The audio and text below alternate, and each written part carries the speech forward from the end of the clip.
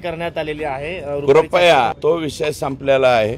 जर आपण तो विषय बोलणार असाल तर मग माझी विनंती संतोष देशमुखचा झालेला अतिभयानक खून याचा फोकस कृपया दुसरीकडे डायव्हर्ट करू नका। करण्यात आलेली आहे। कृपया तो विषय संपलेला आहे। जर आपण तो विषय बोलणार असाल तर मग माझी विनंती कृपया हे बघा, जे काही झालेलं आहे त्याला मी सामोरं जायला तयार आहे आणि मला वाटतं माझी बाजू अनेकांनी त्या ठिकाणी मांडलेले। कृपया संतोष देशमुख आणि बीड जिल्ह्यामधलं हे झालेलं जंगलराज, संतोष देशमुखचा झालेला अतिभयानक खून याचा फोकस कृपया दुसरीकडे डायव्हर्ट करू नका।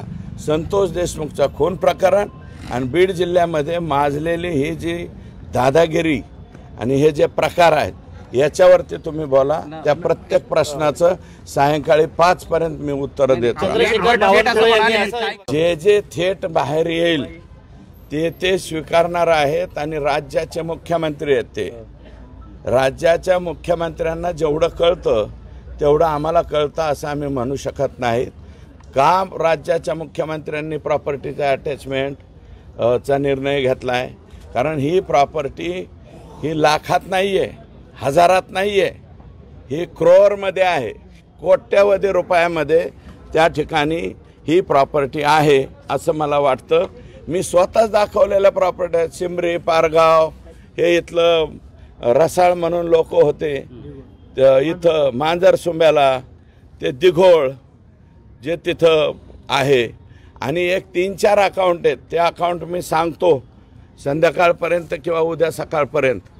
3-4-5 अकाउंटवरूनच सगळे पैसे दर महिन्याचं ट्रान्झॅक्शन हे झालेलं आहे।